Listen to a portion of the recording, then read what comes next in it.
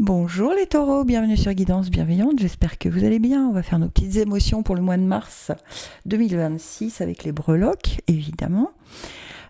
Pour ceux qui me suivent sur TikTok, vous remarquerez qu'il n'y a pas de hashtag, donc si vous tombez sur cette vidéo, probablement qu'il y a des messages pour vous. Allez, on est parti pour les taureaux, mars 2026. Taureau, mars 2026. Qu'est-ce qu'on a pour Taureau de mars 2026? Ok.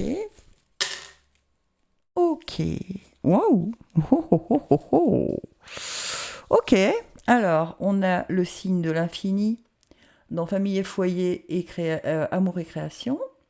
On a la flèche dans transformation et sexualité. Et on a, dans carrière et destin, la libellule. Les taureaux, qu'est-ce qui se passe? Alors, avec le signe de l'infini, dans famille et foyer, on nous parle de mettre en interaction le physique et le spirituel. D'accord? Il n'y a pas de fin, rien ne meurt jamais. En fait, qu'est-ce que votre spiritualité vous dit? Qu'est-ce que vous ressentez?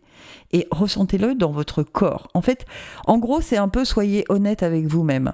D'accord? Ne laissez pas le mental vous dire « Non, mais ça, c'est impossible. » D'accord? C'est un peu comme si vous vous mentiez à vous-même pour certains et certaines taureaux. On vous dit « Attention, mais vraiment en interaction, le physique et le spirituel. Ne te mens pas à toi-même. » En gros, c'est ça. D'accord? On a une transformation avec la flèche qui nous arrive, qui est évidemment la flèche de Cupidon. On a une transformation dans les amours, dans les sentiments. Alors, pour ceux qui sont célibataires, ça veut peut-être dire qu'il y a l'arrivée de quelque chose, d'accord? Et pour ceux qui ne le sont pas, ça veut peut-être dire qu'il arrive aussi quelque chose.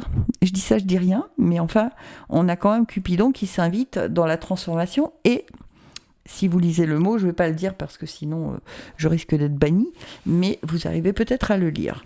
Ok? Donc, je pense qu'il y a quelque chose de nouveau. Et c'est peut-être pour ça qu'on vous dit arrête de te mentir à toi-même. Tu ressens quelque chose, mais tu ne veux pas le voir clairement. Tu ne veux pas te l'avouer. Ok? Et dans carrière et destin, on a la libellule qui nous parle de sagesse, de transformation, une fois de plus, et qu'on est capable de s'adapter. Alors ça peut être, je ne sais pas pourquoi, je vous le dis comme ça me vient, pour certains taureaux, une rencontre au boulot. D'accord? Une transformation qui a lieu à cause du boulot. Ou alors, il y a un changement de boulot et puis on fait une rencontre. Alors, on parle là, effectivement, de quelque chose de très personnel, très charnel, d'accord? Mais ça peut être aussi la découverte d'une âme sœur, d'accord?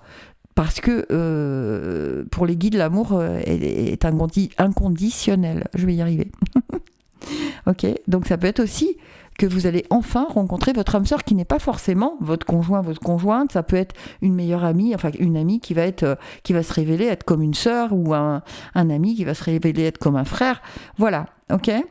Mais je pense quand même que ça parle à certains ou certaines qu'il y a un changement dans la sphère professionnelle qui amène une nouvelle rencontre. Voilà, pour ce mois de mars. Après, qu'est-ce que vous en ferez? Chacun, mais ne vous mentez pas à vous-même. Quand vous ressentez quelque chose, soyez vraiment clair avec vous-même. Qu'est-ce que je fais de cette nouvelle relation? Qu'est-ce que je veux en faire? Est-ce que je laisse cours à mes émotions qui me parlent d'une façon tellement nouvelle que j'ai envie d'aller découvrir? Ça peut être ça aussi. D'accord? Ça peut être des nouvelles émotions que vous ressentez, que vous n'aviez jamais ressenties. D'accord? Donc, on laisse la porte ouverte à ce qui arrive et on met en interaction le physique et le spirituel. D'accord? Eh ben voilà mes petits taureaux, j'espère que ça vous aura parlé. On n'en avait pas énormément, mais enfin je pense qu'elles étaient suffisamment cohérentes pour en tout cas donner une direction à certains ou certaines d'entre vous. Évidemment que ça ne parle pas à tout le monde, parce que ça... Voilà, on n'a pas tous la même façon de voir les choses ou de vivre les choses. Ok? Eh bien, écoutez, si ça vous a plu, n'hésitez pas à partager, à liker, à me laisser un petit commentaire. Et puis, dans ce cas-là, je reviendrai pour le mois d'avril. À bientôt sur Guidance Bienveillante. Vous pouvez me retrouver sur YouTube tous les dimanches. Je sors une vidéo pour la semaine, chaque semaine, sur YouTube. Allez, à très bientôt. Merci de suivre Guidance Bienveillante.